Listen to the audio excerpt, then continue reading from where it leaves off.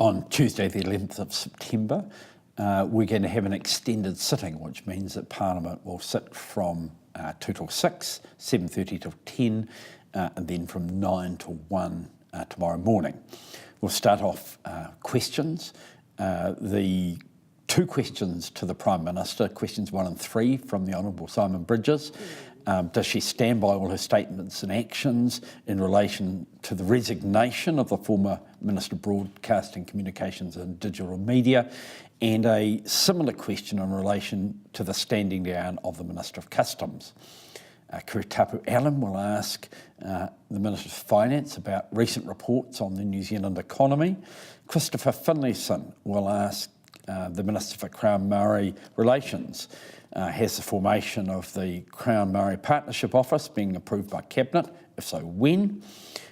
Jenny Marcroft to Shane Jones on the Provincial Growth Fund. Amy Adams on growth forecasts to the Minister of Finance.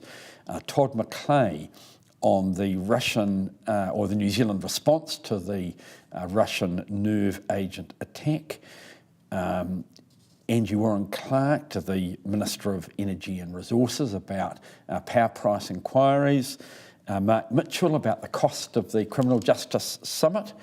Tamati Coffey to what progress has been made on Mahi Kaurana. Paula Bennett to the Minister of Employment, does he stand by his comments? And Nikki Wagner, similar question to the Minister for Greater Christchurch Regeneration. Then we have unusually a couple of questions to the Chairperson of the Education and Workforce Committee.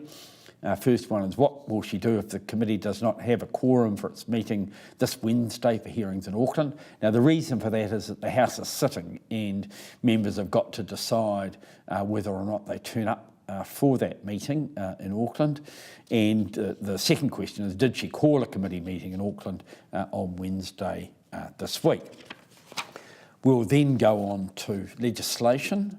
The America's Cup road stopping bill, it's a bit of legislation to allow a road up near the centre of the Port of Auckland to be stopped. And this sort of cuts through some red tape in that process. And that will go through its second and third readings. It's been to a select committee. Family and whānau violence legislation bill, second reading.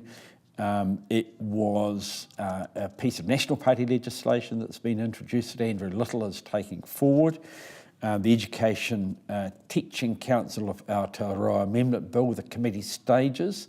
What this does is to reintroduce teacher representation on that council.